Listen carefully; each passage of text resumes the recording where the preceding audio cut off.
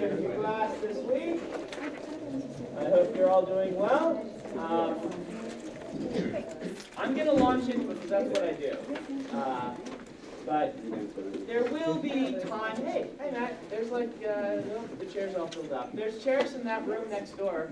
I'll go grab some. There's a piano bench. That room right next door, there's chairs you can just grab. I will be doing Q&A sessions as part of this class. So if you do have questions, we'll be having time to do that. But I usually push those off a little bit until I've done a few of the early lectures, so that we give you a grounding and a foundation and kind of some of the basics. And then we start doing more. What are you guys interested in knowing? Today on our little paradigm over here, if you remember, plot, setting, character, conflict, we're actually going to talk about this thing over here, which is prose, which is kind of the style you use to tell your story in.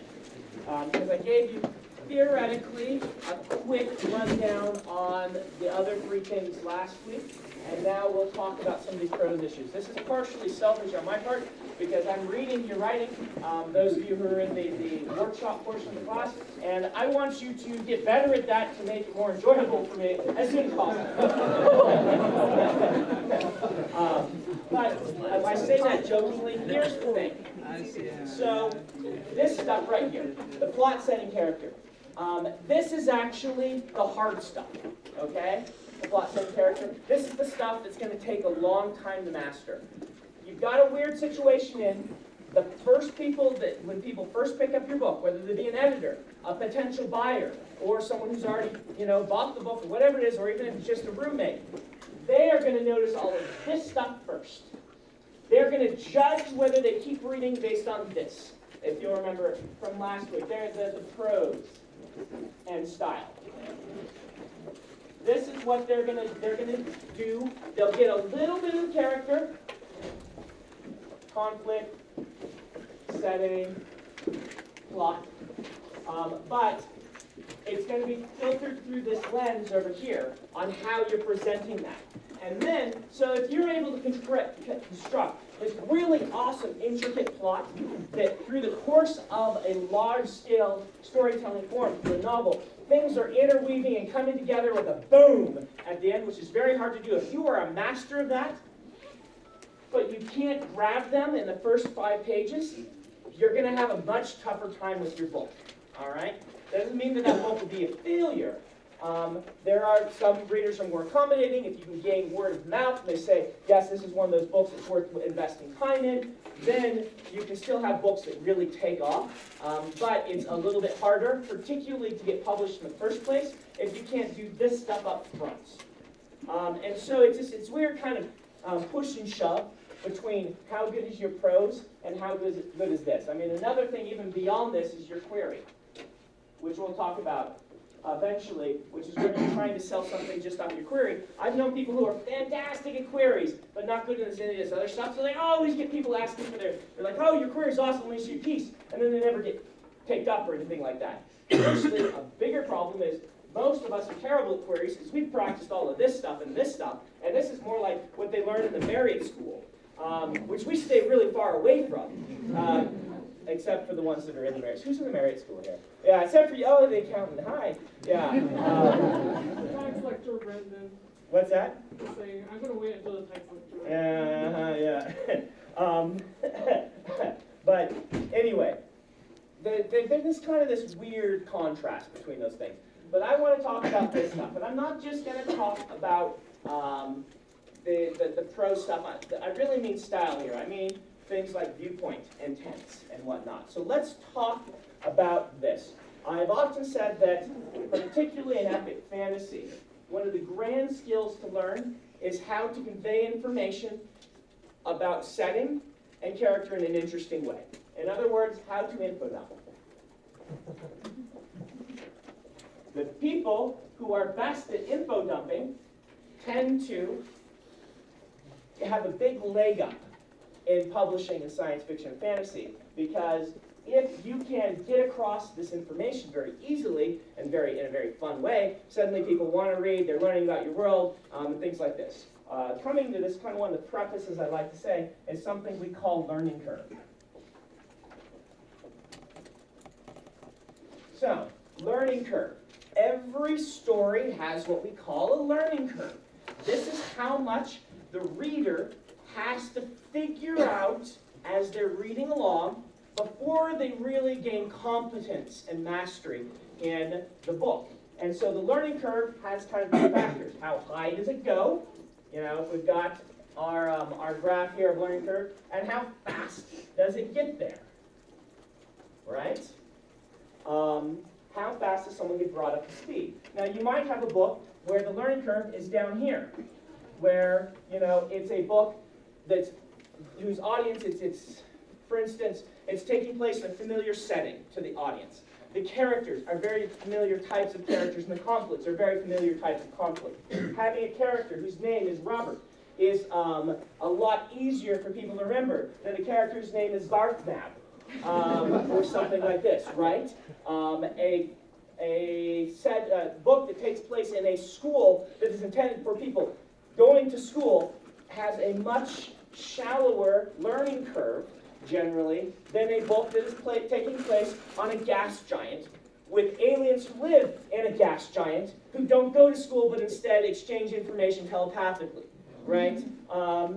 And so we are all here in this class because we like science fiction fantasy, unless it's an accident, I'm sorry. If you thought you were signing up for something else, guess what?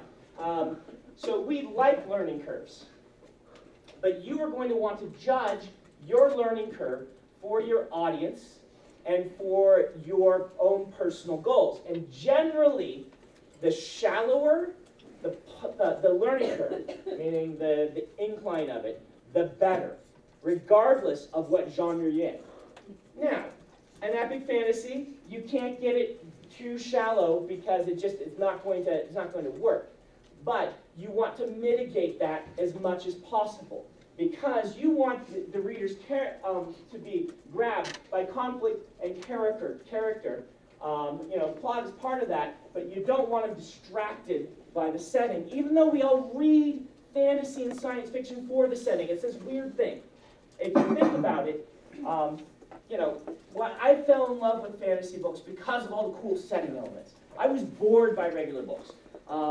I kept being given these books. I think I told you about boys living in the rural South and everything's dreadful and they don't like their school, or they have a pet dog and then the dog dies and then mom dies and everyone's sad, but then they get over it and that's the end, or whatever. I mean, I hated these books.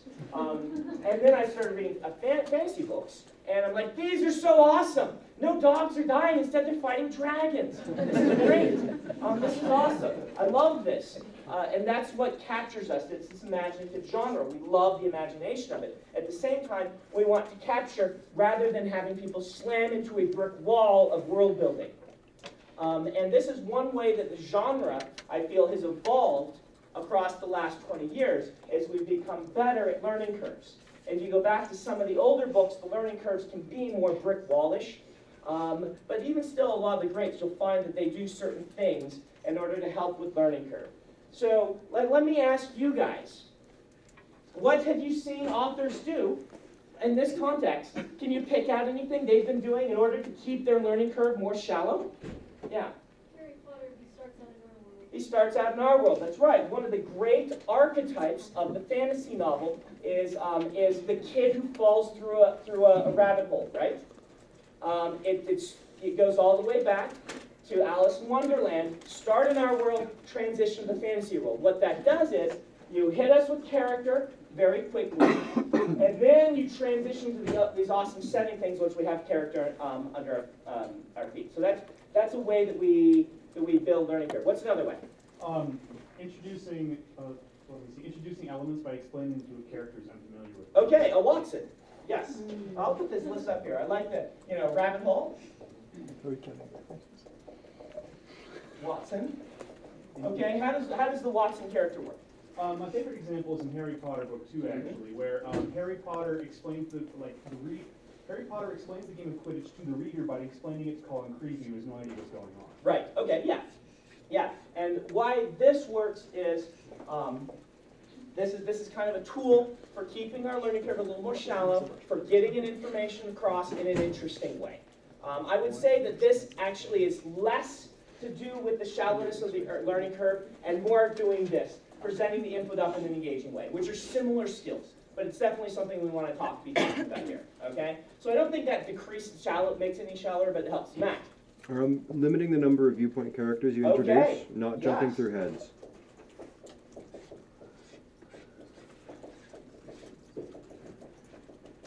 Okay, perfect. Why would that do it? Why would that make our learning curve shallower? If it's from a single person's perspective, you don't have to keep trying to reorient yourself as the reader. You can just see it from where they are and go from there. Excellent. This is why the rise of the first person or the third limited has become the modern standard as opposed to the omniscient, which if you go back in time, you will find way more omniscient books. I will define all these things in a few minutes for those who are confused by what it is, but this is really a learning curve issue. This is why we're doing this. Great. There were other hands up that had, yes? Starting with a familiar event like the dinner parties and Lord of the Rings. Right, yeah. Familiar event. So, yes, we're in this fantastical world of another place, but we're going to start at the beginning of The Hobbit with, people coming over for dinner unexpectedly. Or we're going to start The Lord of the Rings. We start with a birthday party, right? We start with familiar events, and then we transition into the very strange. That's why the farm boy who goes on a quest is such a well-used, perhaps worn a little thin trope in the fantasy, is because, yes, your fantasy world's got all these weird things going on, but a guy living on a farm, you probably had some experience with that. You probably learned your farm animals as a kid. You know what it's like. It's a familiar part of that world, and then you transition into it. Starting in school is another reason why, the wizard school actually is a lot of times more familiar to us than a lot of the things that other people could be doing in that world. So yes, great one. Were there any others? Yeah. Mentioning details or things that we are familiar with, and then describing in depth what it is a little bit later. Like, Okay. Reading Perdido Street Station, that's what he's doing a lot. Yeah. So. This is in the same category. It might be more on this thing over here, but what they're doing right there is they're avoiding info dumps early. Maybe, I think that's what you're talking about. Meaning, sometimes you can mention something and you can not have to describe it right at that moment. Now, this is a tricky one because every word you add or concept you add that is different in the world from our world is going to increase your learning curve a little bit. But sometimes, instead of saying, and that was this, you just have the characters mention it. The reader's like, oh, this is some weird thing, or, something's odd about this. The clocks are striking 13, right? That's the first line of 1942. Mentions the clock striking 13. Suddenly you've got this weirdness already that's a transition from something familiar to strange, but you don't go into then a long explanation of why they decided to have a 13-hour clock. You avoid the info dump. One place that I've done this, I started the first Mistborn book. One of my goals with Mistborn was I would assume that many of you are familiar with this, you're in this class, but my very first book was called Elantris. And Elantris, I was not as quite aware of these things. Elantris has a very steep learning curve. My world building, particularly my linguistics, were very unique. I spent a long time on the linguistics. All the names were kind of odd and hard to say. The situations from the get-go are I'm doing some of this stuff instinctively, but some of it I'm not doing. When I got to Mistborn, I'm like, I want this to be a little more accessible. I'm dealing with a thieving crew. I want them to have names that make sense, that are kind of like, riffs on common things. Instead of calling someone Raoden, I'm going to call them Breeze.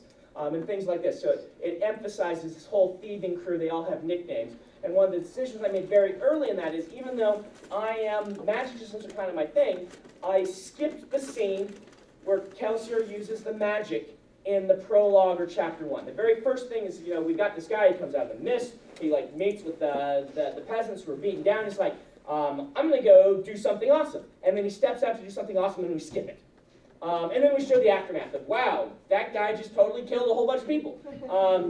And my intentional goal on this was, I don't want chapter 1 of this to be, bam, magic system. Now, if you've read a book of mine called The Way of Kings, The Way of Kings, I'm like, hopefully you've already read Mistborn, or hopefully you've heard nothing, that this is my book for people who like epic fantasy. And chapter 1, I'm going to show you what you're getting into. So that if you want to put the book down, you can, because bam, magic system, right? That one, chapter 1 after the prologue is this guy doing all sorts of cool, awesome stuff with the magic. And in that one, I skip viewpoints. I go to like 4 different viewpoint characters in the first 4 chapters, and I did this all quite intentionally to say, all right, guys, steep learning curve book. All right, it's 1,000 pages long. We've got a steep learning curve. Now, that's kind of violating that whole make the learning curve as shallow as possible, but again, that's to achieve whatever goals you want to do. Does anyone here read Steven Erikson? Steven Erikson has made a name for himself by having learning curves that are like that. Okay? And that is the fun of a Steven Erikson book. The world building is fantastic. And you pick those up and you just have to just say, I trust you. I'm going to go along with it. I have no idea what's going on at all. I think I'll figure it out eventually. And some of us really enjoy that, right? And that's a selling point of his books, okay?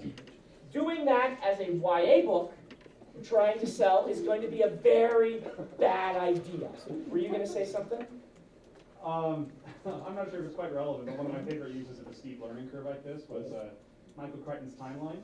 It's a book centered around time travel, but the mechanics of how it actually works are a little fuzzy. Yeah. So when he explains the concept of time travel, the learning curve just jumps up to like almost a straight line. Yeah. And my impression of why he did that was he was trying to confuse the readers so they assumed they knew what he was talking about.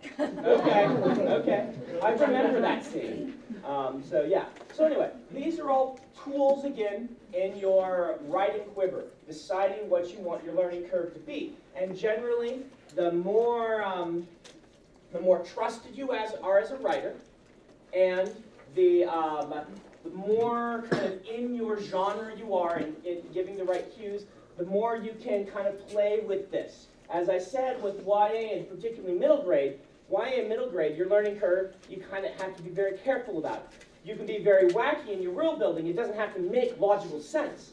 But you've got to ground people with conflict and character very quickly in those books and allow then the whimsical sense to take over. So I want you to be aware of as you're writing your books is the idea of learning curve. What are you asking of your readers? And as you are applying, as you're writing, say, your query letters eventually, or your blurb for your book if you're self-publishing it, you want to be really aware of learning curve. You want to make this learning curve so incredibly shallow, you want to get across one concept really well in an engaging way and leave out all the weird names. This is the art of writing queries and blurbs, is to be like, this is something you can latch onto. Here is a character who's been framed for murder and is trying to find the person who actually did it, or something like that. Like, you do that rather than saying, hey, someone's name lives in this kingdom, which has a history of this, and suddenly this other person, this weird magical thing happens to, and you get into all of that steep learning curve, and then people are going to read that and be like, the blurb is a brick wall. I want to know what the book is. And often, if you can shallow your learning curve, particularly as a new writer, it's a good thing to keep in mind. So, we're going to talk about this prose. And I'm going to start by talking about the idea of viewpoint, since it was brought up over here. So, next heading, viewpoint. Viewpoint and tense. Viewpoint, mastery of viewpoint as a genre fiction writer is one of those things that will sell your books on a couple of pages. Okay? It's probably unfair that you get judged so quickly. At the same time, if you remember my example of the pianist from a few weeks ago, how playing the piano and writing are kind of similar, learning an instrument, we could pick someone in here who plays the piano, And we could put them up at this piano and have them play for a few minutes. And you would be able to tell very quickly how good they are. Don't you think? Then you could have me bang out a scale and maybe chopsticks. And you'd say, wow, this person is not as good at piano. It's not as great a comparison because really what we would want is we'd want a student who's been practicing a year, because you all have been practicing a decent amount you're writing. We want someone who's done some piano playing, who knows their way around a song. And then we want to bring in the master pianist. You want to have them both play. You can tell fast, quickly, who is who. The readers also can do this. They can read, and they will know pretty early on, they'll get a sense if this is a book they want to read or not. Editors are even better at it. And so the fact that you're going to be getting judged very quickly is in some ways unfair, but also if you're doing the things that you're supposed to be doing, they can tell very early on that you have had the training. One of these is mastery of viewpoint. A lot of new writers, in fact, I would hazard a guess that almost every new writer pays very little attention to viewpoint. They just start writing, which is good. We want you to write. We want you to practice writing. However, modern books, particularly in science fiction and fantasy, use viewpoint as a tool. So let's describe these. Let's do our 3 basic viewpoints. And let's have you guys talk a little bit about them and what they do. So we have first person. And we're going to talk about what different tools what these different tools do, right? We've got third, limited, and we've got omniscient.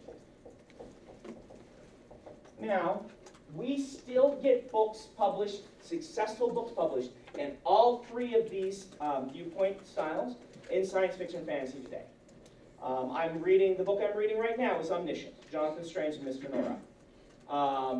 And so you still end up with omniscient. I don't want to say you can't do omniscient. I want to say you have to consciously choose your viewpoint and show it forth in a masterful way. So, what is first person?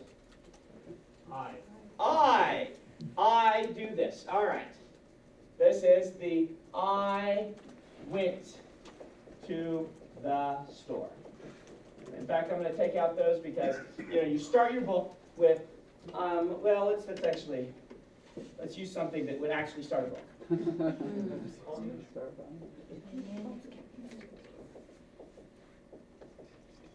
All right. I want this to kind of be easy. Yes, Call Me Ishmael is a great first-person opening. So, first person, I was on the way to the store. Don't start your book with that line. That's a bad line to start a book, but we're going to make this easy. So, third person, how would you write it? John was on the way to the store. How about Joe was on the way to the store?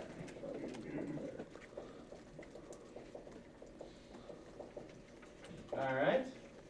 Pet peeve of mine and of a large number of editors, as my writing group that I was in last week found out, is starting your book without a named protagonist when you're in third person.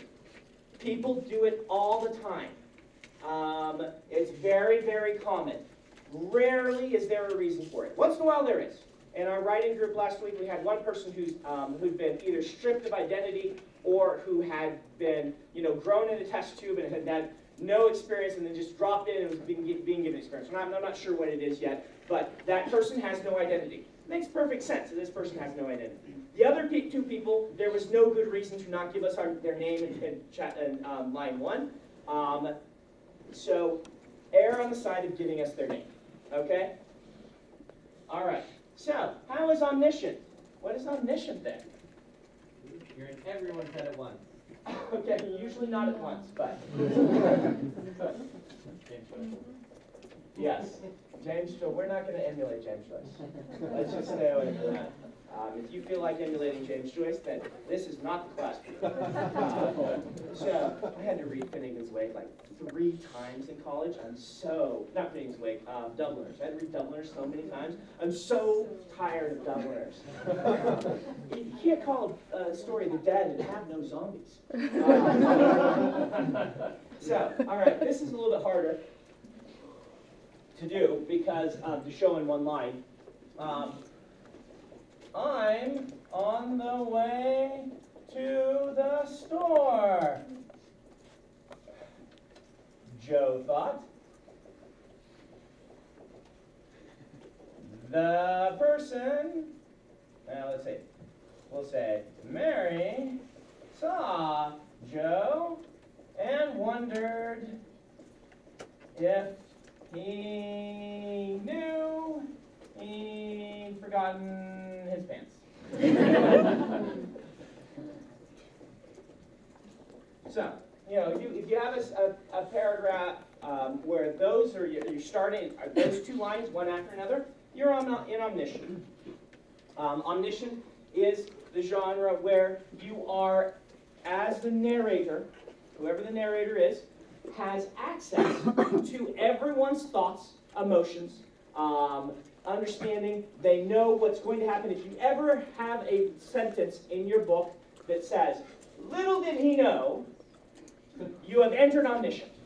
Okay? And writers cheat on this all the time. As long as you know what you're doing, you can cheat. For instance, the first paragraph of every Wheel of Time book is in Omniscient. And then from then on, they're third limited. Right. Do you guys notice this? So, you can cheat on Omniscient. Orson Scott Card in the original Ender's Game, I think he may have changed some of this in later versions, I don't know. But once in a while, you're in Bean's head. It's like, boom, hey, Bean. You're like, whoa, Ender walks off stage and Bean has some thoughts. This was much more common in the old days, before we kind of got our feet underneath us and realized that the learning curve advantages of these usually outweigh the occasional lapse into Omniscient, though it can still be an interesting tool, like the first paragraph of the Wheel of Time and things like that. Normally, I'm going to say to all of you, you should be in one of these two, unless you have a compelling reason to be in this one. And if you do, go for it. But if you're going to do that, I suggest you read a couple of really good Omniscient books and decide why your book is Omniscient. And next, we're going to break down, let's talk about what you gain and lose from each of these three types. What does the tool give you? Why would you pick one as opposed to the others? What does first person do really well? People who haven't taken my class before. I saw some hands going up. Yeah, in the back. Well, the first person, it's somebody's opinion, so you don't hold it to such high scrutiny. So you allow them to say errors without being doubtful of what they're saying. You can be, that's a wonderful thing, you can be much more untrustworthy as a narrator. You can do this in the other ones, but it's so much easier in first person. Yes? Yes, it is really good at characterizing the speaker. Okay? So these are advantages. There's another big one, I think, yeah. It's easier to keep it secrets from the reader. Yeah, that's the untrustworthy narrative thing, though, but yeah, secrets. The other big one is info dumps in voice.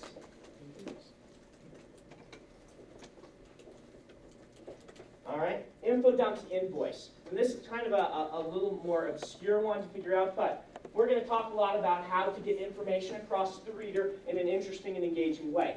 If you are able to have a really hilarious first-person character voice, the book I read before this one was The Amulet of Samarkand, Jonathan Stroud. One of the main characters is a first-person voice of a demon, a djinn, who's been bound by a young wizard. And his voice is great. It's delightful, it's hilarious, it's sarcastic and arrogant, and it's very distinct. And so when he starts to say, well, this was this sort of thing, since it's in character voice and it's laden with all this untrustworthy narrator sort of stuff, it's a blast to read the info dumps, right? That is a huge advantage, particularly if you're good at writing a character voice that is fun to read. Now, if your character voice is not fun to read, if your character's Eeyore, then, first-person viewpoint from Eeyore can get really on your nerves after a while. I suppose Bartimaeus can too. But so info dumping in voice, that's kind of a writerly advantage. What potential disadvantages do we have from first person? Yes? Yeah, it's harder to do multiples.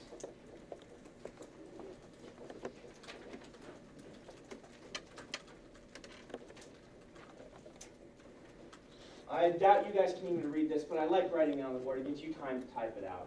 At least it stops me from blabbing for a few minutes. Okay, harder to do multiple characters. Why would you think this is? Well, you're trying to focus on one character and all that they're thinking, and so you can't get into your heads of everyone else. Yeah. Unless you Technically, switch yeah. viewpoints. Yeah, you can switch viewpoints, but it is difficult. I've seen some good books that'll do two first persons, and they usually will name each chapter after the character that's the I character. One of the problems is since you're using I, everyone forgets your character's name a lot of the times unless you do a lot to reinforce it. And beyond that, you as a writer are working so hard on this character. Since the narrator is inherently less trustworthy, then getting into other people's heads is a lot harder. I've read some stories where the main narrative is in first person, but Yeah. then they have interludes in third person limited. Yeah, Bartimaeus is that as well. The other characters in third.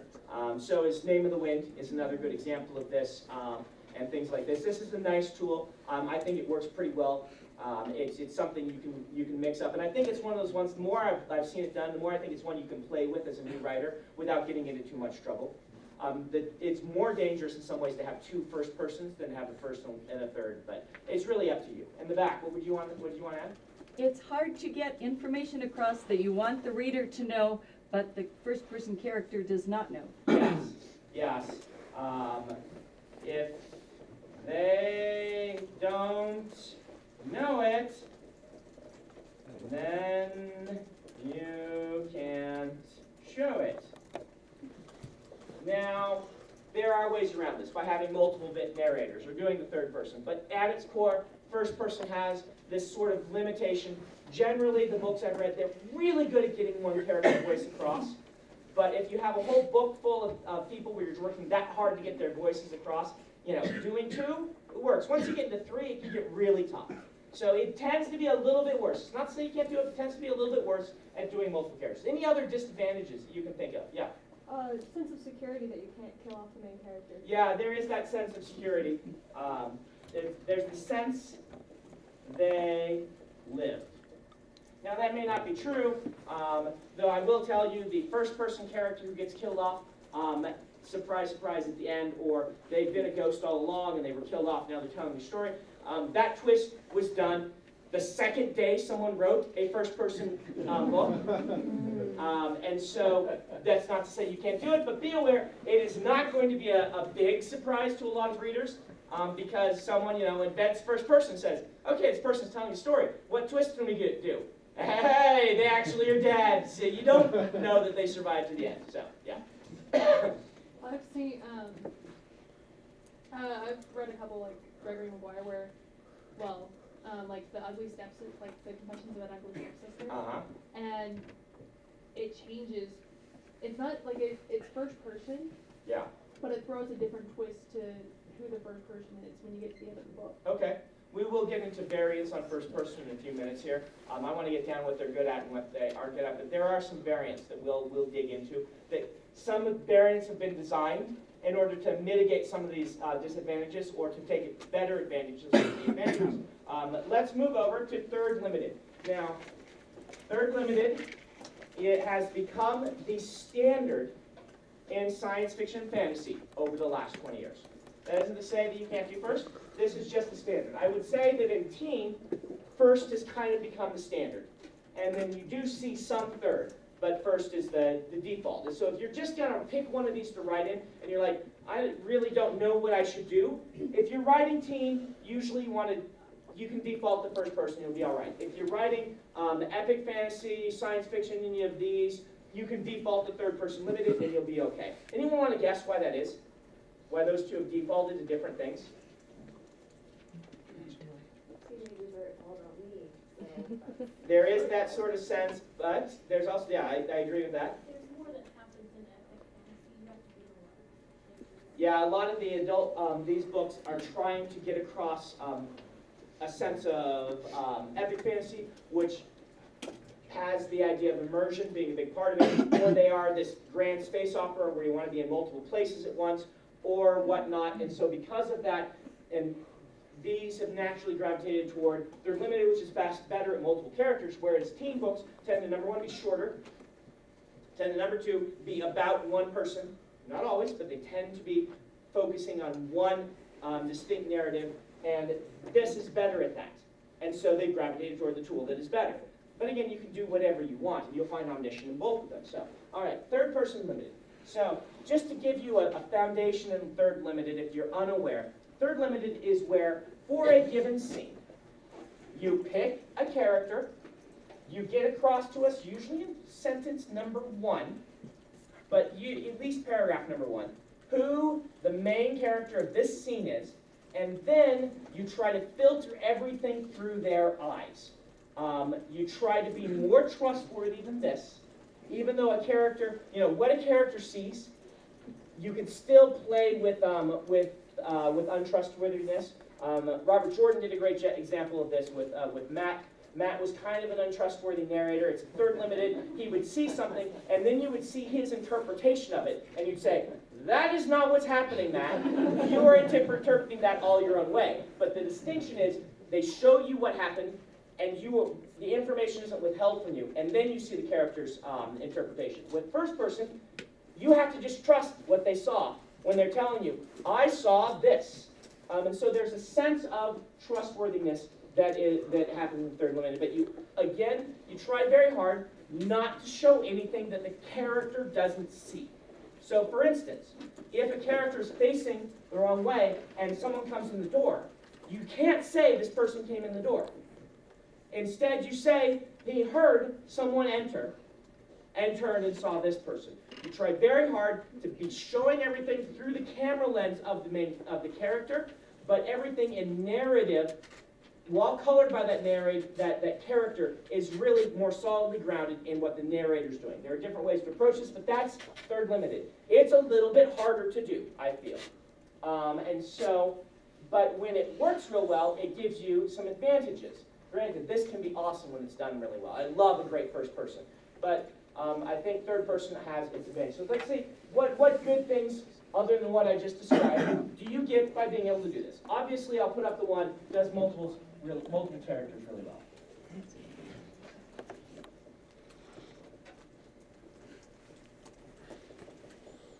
And you are the type of reader or writer who likes the one viewpoint throwaway, right? The character where you're doing all this stuff, and then you jump to the character on the wall who's watching it all happen, and then they get an arrow in the neck.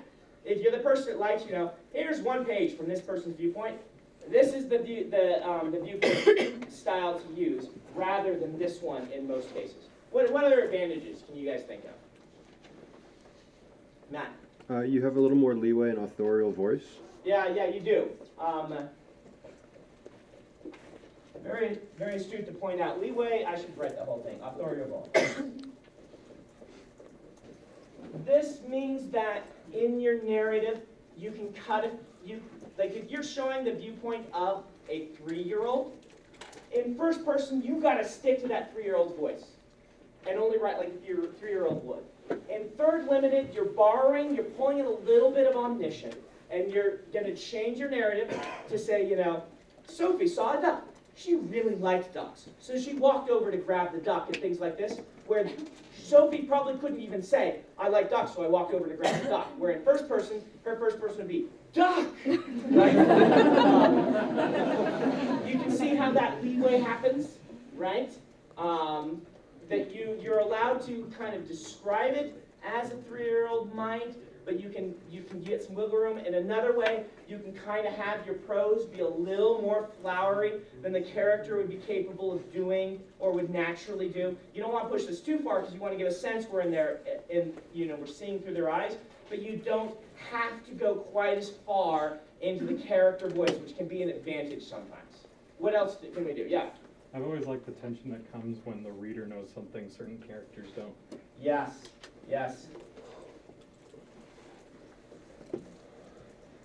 Tension of secrets.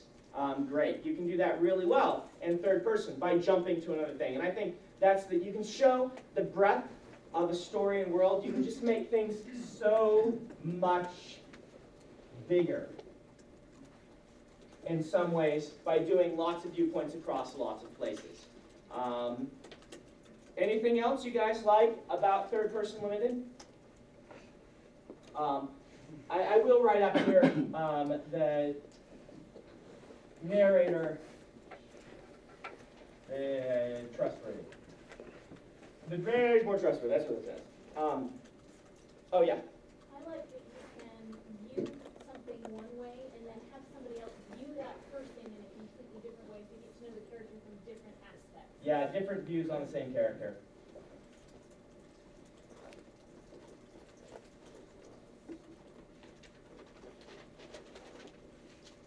And you can do this sometimes in a first person, where you can have an event happen and have 3 different people describe what happened in that event through their own eyes. We were just talking at business meeting today about an episode of X-Files. You don't remember that, where they did that? Where they, X-Files is too old for you people. But yeah, they did the movie Hero, which is a great Hong Kong film, does this. It's like, here's what happened. Well, this is what another way to interpret the same story. Yeah, and things like that. So different views, but with third limited, you can describe a character through someone else's eyes, and then describe them through someone else's eyes, and it can add things. What are your limitations? What does third limited not do? It's going to be pretty easy to contrast since I've written these both up on here, but let's go ahead and spell them out. What do you lose by going third limited instead of picking one of the others? You don't get as immediate a connection with the character. Yeah, it's a little harder to build connections. And any others? I'm going to have the contrast for the info dumps up here. You got to be really careful with your info dumps. Info dumps are harder. I don't know what it is about human nature that does this, but for the majority of us, when we look at a page and it is someone saying, in the first person talking about their life, we feel this immediate connection, and we will read it a little bit easier. Whereas if we see the dense paragraph of he or she, then it's a little, just a fraction harder for us. Even if the only thing changed is the I versus he, we see that dense paragraph, and that feels like a dense paragraph. Where at the I, it's like, oh, it's light and fluffy, even though you've changed nothing else. Yeah. So we're all about expression and Yes. individualism today. Mm-hmm. So are readers like more judgmental towards you personifying what someone else is thinking compared to the I form where someone's just saying what they feel? That's potential. That's possible. I don't know. I'm not sure on the psychology of that specifically. But I do know that it just, the info dumps, readers are more likely, here's one thing to just keep in mind.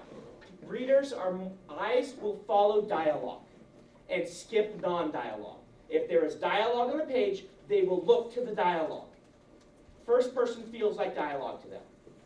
And so naturally, this is one of those things that if you're writing in a rhythm, this is kind of one of those prose things, but I'll mention it now since we're on the prose idea. If your rhythm is dialogue, big line of text, dialogue, big line of text, dialogue, big line of text, that's going to be a really awkward thing to read for a lot of readers. They're either going to naturally try to go to the dialogue and skip it, or they're going to just feel fits and starts. Whereas if it's broken up like this, dialogue, dialogue, dialogue, all these lines of text and a paragraph down here, this reads more naturally to a lot of us, for whatever reason. So we'll talk a little bit more about that and the building your prose and things like that. That's not to say you don't want some beats in here to give what's going on, but one very easy thing for readers to read is dialogue, dialogue, dialogue, dialogue, dialogue. We love that.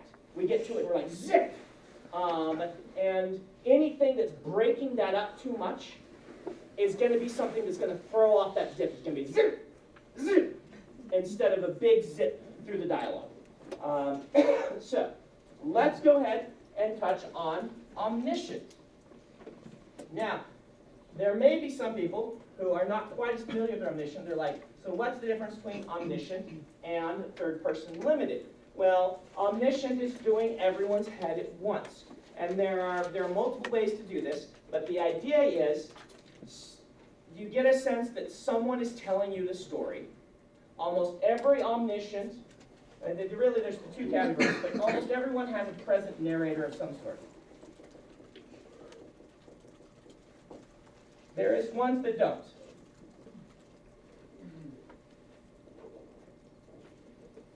But the easiest way to explain omniscient, if you're a little bit confused by it, is to bring up The Hobbit. The Hobbit is an excellent example of an omniscient book with a present narrator, because The Hobbit is written by Bilbo after he has gone on this mission and things like that, but he chooses to not write it, I believe, in first person, right? He writes it about, there was a hobbit who lived in a hole, not I lived in a hole. But it is about him. And so there's this narrator who is expressing what people's thoughts are, because we can assume after the fact he's talked to them or he's guessed, and he's presenting it as a story. The classical storyteller form is kind of this. This is why the omniscient was kind of a much bigger deal before we've kind of gotten into the modern era, because people were more used to, I think, the idea of the storyteller. Someone was telling you the story. Who's telling you the story? Well, they have all the facts, and they're going to present it to you in an interesting way, and so they're going to show you everyone's thoughts. Jonathan Strange and Mr. Rell, which I said I'm reading right now, this is an omniscient voice where someone after the fact is recording all of this for you. And so they know what everybody's thinking, and they're including it for you at various points. Now, there are omniscient books with no present narrator. Dune is probably the most famous of these. Maybe you guys can throw out some other ones to me. But what Frank Herbert likes to do in Dune is, you should go read it if you're interested in this, is people walk on stage, he shows you what they're thinking. And what he'll do is, it's like there's a narrator telling a story, interjected with first-person thoughts in italics by all the people who are in the story. David Lynch, who made the first Dune movie, had a hard time figuring out how to make a movie out of this. Did anyone watch that movie? Do you remember how suddenly you just hear people's thoughts? Like all the time? It's so weird. Go watch it. It's surreal. Paul is sitting there, like, waiting, and then you get his whole thought process of, like, oh, that's probably Gurney who walked through the door, or something like that. Like, it's like, you're like, are they psychic? Are they talking with their minds? You don't know, because he's trying to imitate the first person, or the omniscient narrator that Frank Herbert uses in the book and transition it to the screen, which is amazing that he was that wonderfully faithful to that, and then changed everything else. But it is a fun movie. If you've never seen, like, Sting is wearing spandex in the movie, and you've got Jean-Luc Picard in a pre-Jean-Luc Picard role. It's interesting. But anyway, Dune has no present narrator. It's my favorite omniscient book, and it just simply uses this rule of I can access anyone's thoughts that I want to at any time. So the narrator, there's like a narrator saying it, but you don't know who it is, and then they can access the thoughts. So, advantages, disadvantages. What are the advantages of omniscient? Yeah. You can give foreshadowing. You can get foreshadowing. You can do little did he know. Probably don't want to do little did he know, but you can do things like that. A great example of this is in Dune. I believe as soon as, there's a traitor character who's going to betray everybody. As soon as we jump into his head, he says, I'm going to betray everybody, and this is how I'm going to do it. And so it's a very different foreshadowing.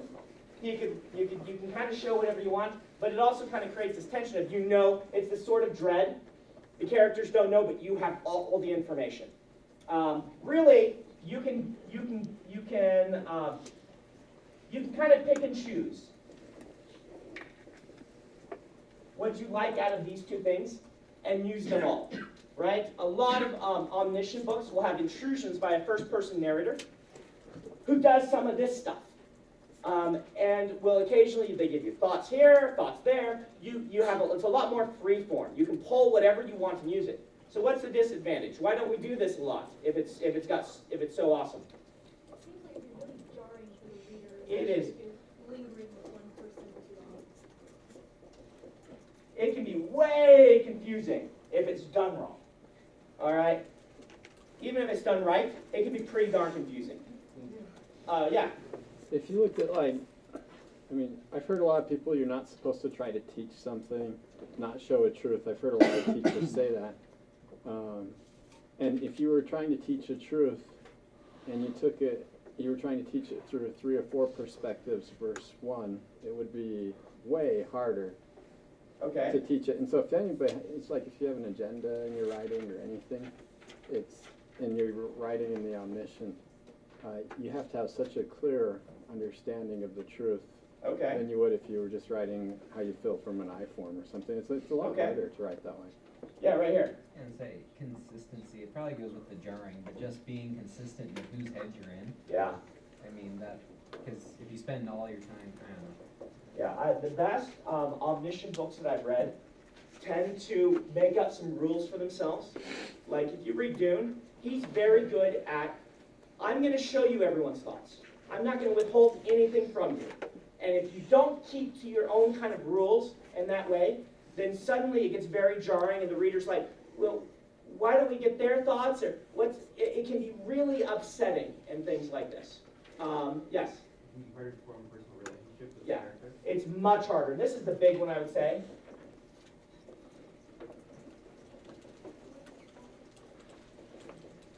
It's much harder to form relationships with the characters because some of the reader's natural inclination will be to bond to the narrator.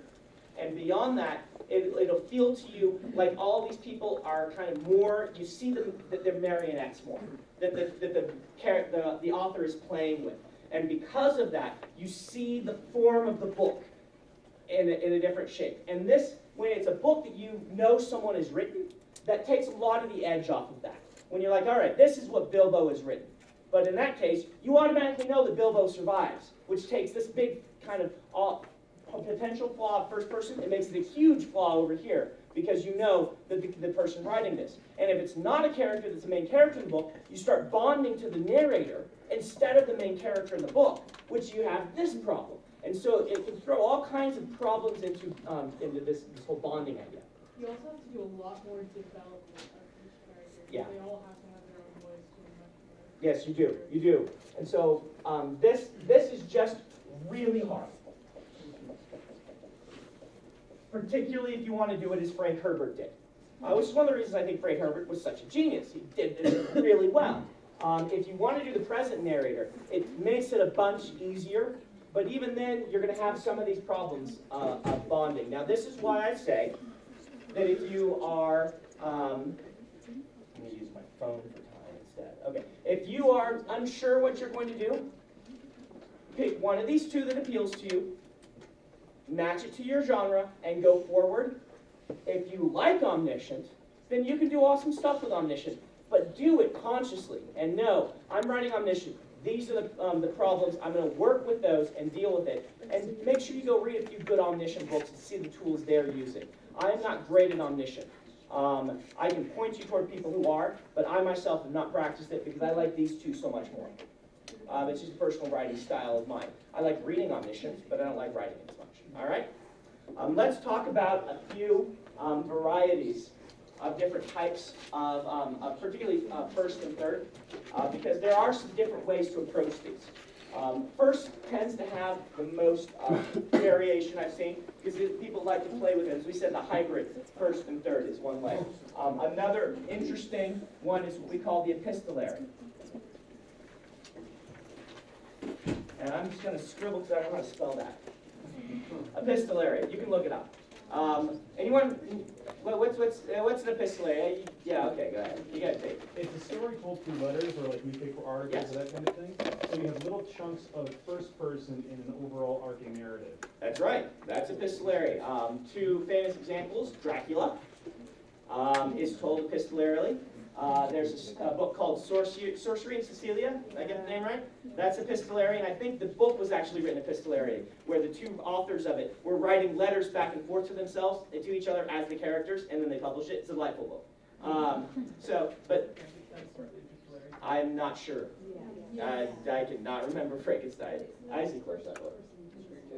Screwtape Letters. Screwtape Letters is epistolary. So it's this fun take on first person, which can do some goofy fun things, and you can hybrid that in. But I want you to be aware of that. Yeah.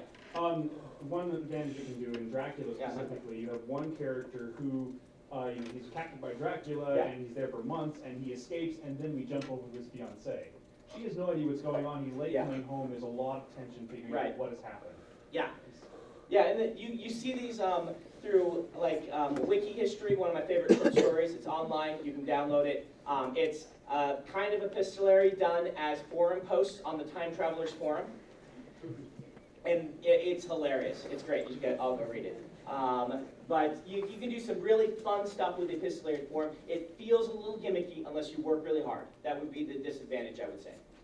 I was just thinking, there's a book that I love called The Conspiracy Kings. Uh-huh. And it kind of toys almost the second person because it's epistolary. Yeah. It keeps saying you, and you don't know until halfway through who you is. Who you is, yeah. Yeah, the book, The Prestige, is also partially epistolary, if not all. I can't remember, but it's a great book. If you watch the movie, the book's great too. And it does some of these same things where you're not sure who the audience is sometimes, and it does some really cool things with that. So that's one of the first person variations. Another big variation that I see a lot in YA is normally, I would say the normal for first person is it's somebody's writing down this story after they've experienced it. A great example of one that's just like this is Robin Hobb's Assassin's Apprentice.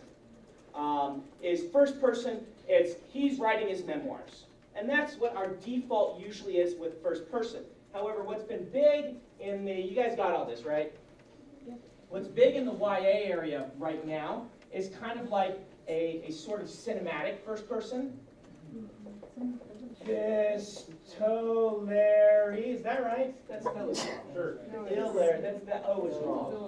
It is O. It is O? Yes. Okay, I got it right. All right, epistolary. The other one, I don't want to call it cinematic because Orson Scott Hard has a definition for cinematic viewpoint, but it's like this over the shoulder YA thing. I don't know what else to call it because what it is it's in first person, but it's as if you're accessing the thoughts of the main character in the moment that is happening to them. It's like you have a recording chip in their brain. And you are seeing, it's more like a third person with an eye. It's this really interesting thing. What are some books in this? Divergent, yeah, Uglies. Yeah, a lot of the big YA of the last 10 years have been in this sort of thing. And what they're trying to do is they're trying to mitigate this lack of immediacy that sometimes first person has, where you're like, yeah, but this all happened in the past. They're usually writing in present tense, not always, but often it's present. Present tense, and it's almost like they decided to blend these two but use the I. It's a really interesting form that feels fairly new to me. I didn't see this a lot in the 80s, and that it's become almost the default in YA right now because of some of the big books that got so popular using it. When I write YA folks, would you guys agree with me? And it is a cool form. I like that it's able to kind of take one of the big disadvantages of first person and swap it for one of the big advantages in third. It feels weird if you ever sit back and think about it. That's the only thing I don't like about it. You're like, wait a minute. What's going on here? Do we have a chip in their mind? But in the moment, it's just very readable and it works. So if you're writing YA, I would suggest that you kind of look at that one and see if it's a style that you want to use. It's kind of like the Omniscient without the present narrator. There's no present person. They're not writing down their thoughts. You're just getting them right as it happens. But they're not writing stream of consciousness. That's the thing you have to understand. This is not a stream of consciousness, right? It's not Finnegan's Wake. It is really just a third person that they've done with I instead. All right? So let's see. Are there any other first person variants? I think there's probably some wacky ones, but those are the big ones I see right now. Third person, I'm trying to think if there are any variants on third person. I know I've used one as an example before. I don't think it was a very good one. Because third person has kind of been codified into what it is. It is this thing. It is the thing that Robert Jordan used. And he wasn't the one who invented it, but he was a very dominant force in third person. But it's been around. I mean, Anne McCaffrey used it in the Dragon Riders books. And she was very good at it. You pick the one character, you stick to it. I would say that the big variant would be whether you stick in a character's head for a whole chapter, or whether you let a line break, jump you to a new viewpoint, or if you decide I'm going to do one viewpoint for the whole book, Usually you don't want to do that because, but you can. I've read plenty of books that are like that. So there you are. Let's do a brief talk on tense. Just so that we know, it's going to be really brief. The brief talk on tense is pick present tense or past tense, and they're basically the same. You think that they're not, because you're like, wait, present tense and past tense, you're like, they are different things. One's going to be more immediate, right, Brandon? Maybe. The thing is, our brains are so good at filtering this stuff that by the time you're a few chapters in, you barely notice which one is which for most of us. If you're used to one and you read the other, the first chapter you read will be like, oh, I hate this. What's wrong with this? Oh, it's present tense. Ow! But then after a while of reading it, your brain just blends it together.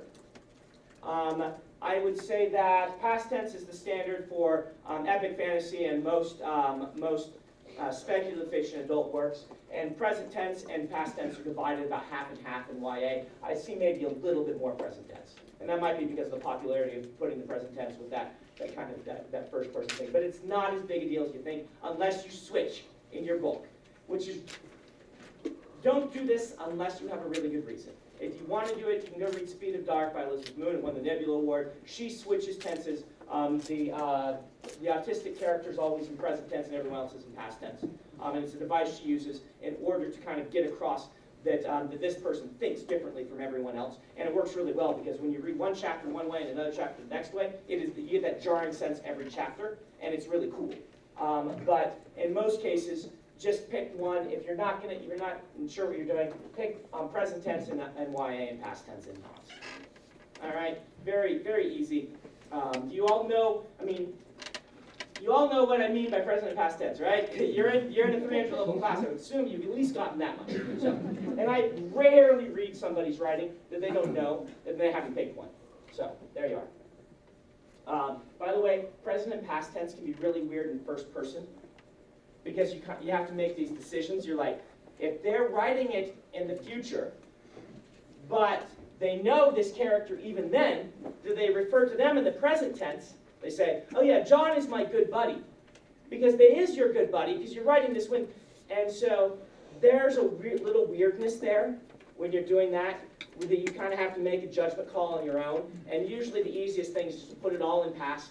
John was my good buddy. He still is your good buddy. And if you were actually writing in your journal, you would write is. But if you just all write it in was, then no one gets confused. But you've got some flexibility and some leeway here. So, all right. So, boom. That's our tense thing.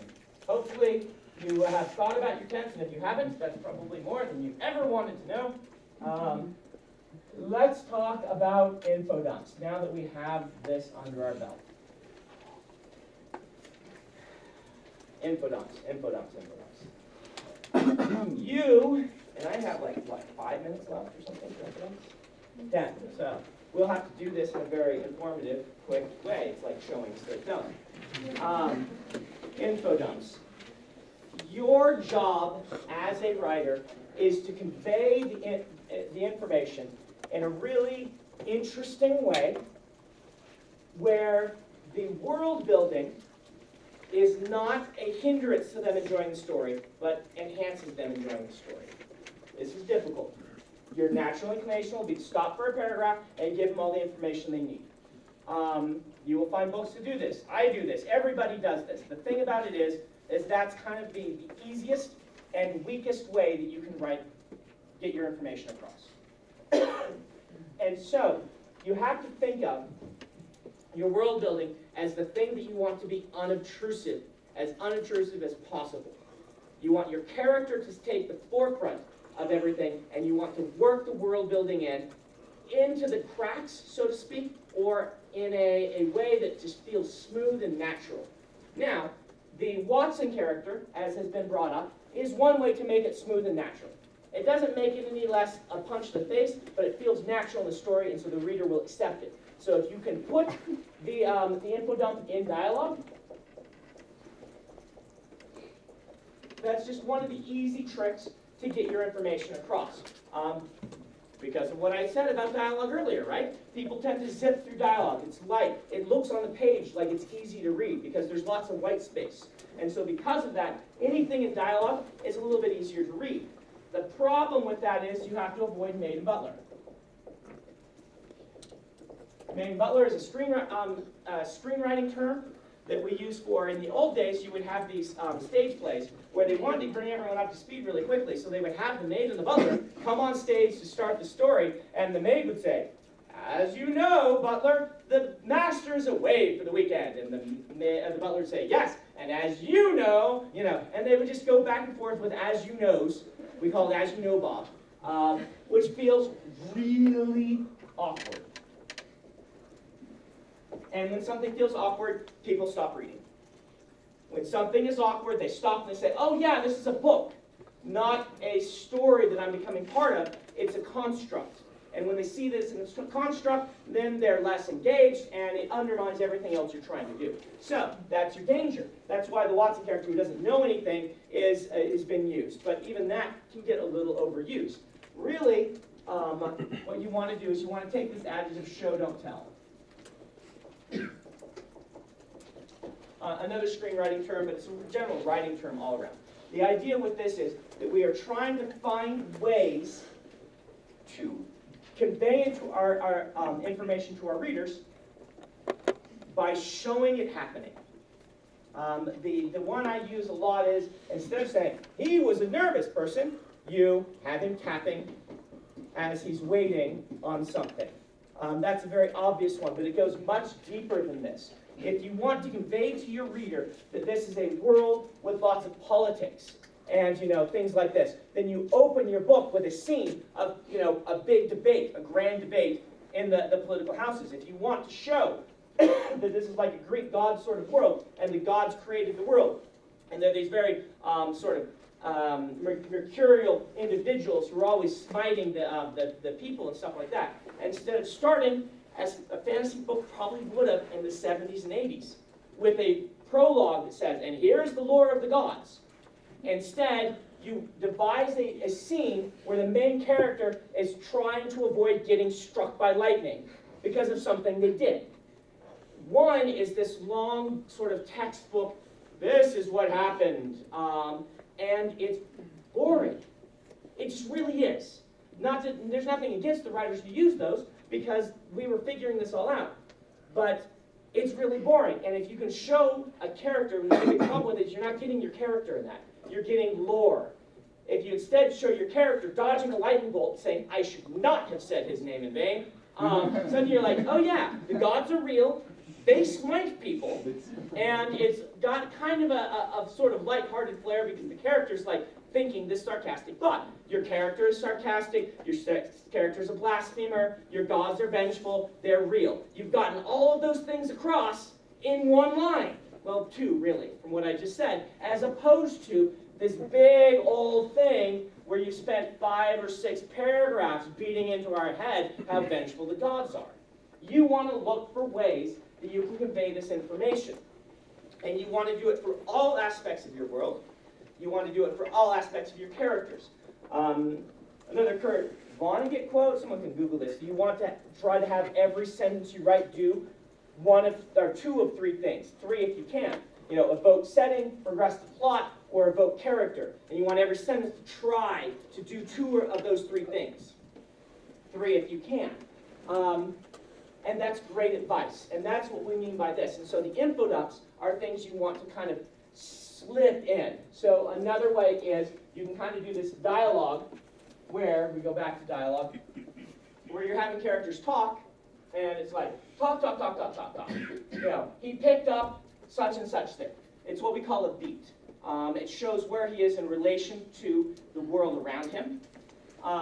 And that little thing can be a world-building element. He picks up the silver dagger that the priest used for sacrificing and inspects it. And then talk, talk, talk, talk, talk, talk, talk, talk, talk, talk, talk, talk, talk, beat. And then you give another piece of the world building. You stop for a second, and he's got this dagger, and he thinks, "Is this the one that killed my dad?" Instead of having paragraph at the beginning, When Joe was a young man, his father was taken by the priest and murdered. In this celebratory rite for the gods that did this and stuff like that, you instead have this sort of dialogue, zip, and then you stop with one of these things and then kind of go into some things, and then you go to dialogue and zip again. You can squeak these things in between the cracks, which is one method of doing it. It's not the only method. Devising scenes where you convey all of this, using your first person or your third person as a lens through which they see the world.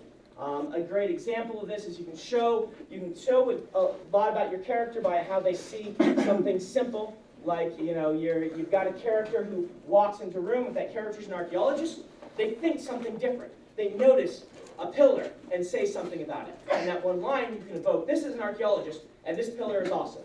But if the character instead is not, an archaeologist, if the character is instead, whatever, is a violinist, you have them step in and, they listen to the music that's playing over the intercom or whatever, and they know what key it's in, and say, oh, I like that, but I really like this other guy's interpretation of this piece so much better. I can't believe they're playing the elevator version, right? So you've got this character, and you're evoking who they are by what they notice in the setting around them.